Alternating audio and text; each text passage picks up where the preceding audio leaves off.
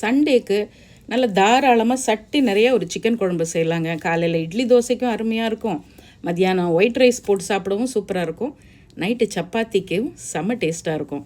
ஒரு குழம்பு full day உங்களுக்கு ஃப்ரீ டைம். எப்படி செய்யலான்னு பார்க்கலாம்.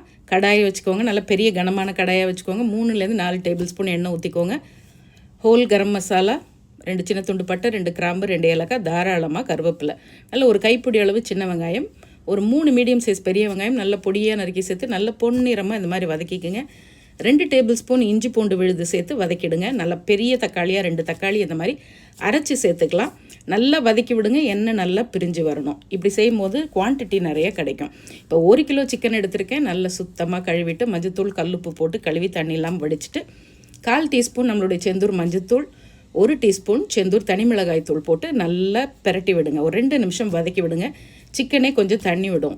1 டீஸ்பூன் கல்லுப்பு சேர்த்து நல்லா வதக்கி விடுங்க. வதக்க சிக்கனே கொஞ்சம் தண்ணி விடும். ஒரு 2 நிமிஷம் மட்டும் நல்லா மூடி வச்சுட்டு ஒரு அரை மூடி தேங்காயில் ஒரு 10 சின்ன வெங்காயம், கொஞ்சம் முந்திரி, கொஞ்சம் கசகசா, கொஞ்சம் சோம்பு போட்டு ஃபைன் பேஸ்ட்டாக அரைச்சிக்கோங்க. இப்போ வதங்கிட்டு இருக்க சிக்கனில் நம்மளுடைய காரைக்குடி கறிக்குழம்பு தூள், சிக்கன் குழம்பு மட்டன் குழம்பு சூப்பராக இருக்கும், 3 டேபிள் ஸ்பூன் போட்டு நல்லா வதக்கிட்டு தேவையான அளவு சிக்கன் முழுகிற அளவுக்கு தண்ணி ஊற்றி மூடி வச்சு 5 நிமிஷம் சிக்கன் நல்லா பஞ்சு மாதிரி வெந்து வரட்டும். அதுக்குள்ளே தேங்காய் பேஸ்ட் அரைச்சிட்டு வந்துடுங்க.